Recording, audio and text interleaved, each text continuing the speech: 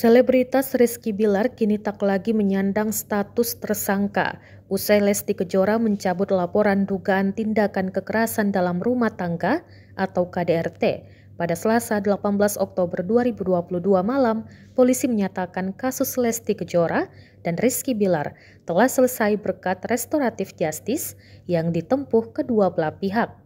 Hal itu disampaikan Kasat Reskrim Polres Jakarta Selatan, Kompol Irwandi. Dalam kesempatan itu, Lesti dan Bilar turut datang ke Polres Metro Jakarta Selatan dan kompak menggunakan busana serba hitam. Keduanya sudah nampak akrab kembali dan memamerkan kemesraan satu sama lain.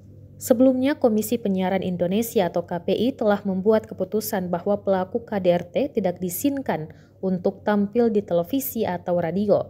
Keputusan tersebut menyusul adanya kasus Rizky Bilar yang melakukan tindak KDRT ke istrinya, Lesti Kejora. Meski kini laporan sudah dicabut dan Bilar sudah tak berstatus tersangka, KPI tetap minta pelaku KDRT tidak diberi ruang di TV.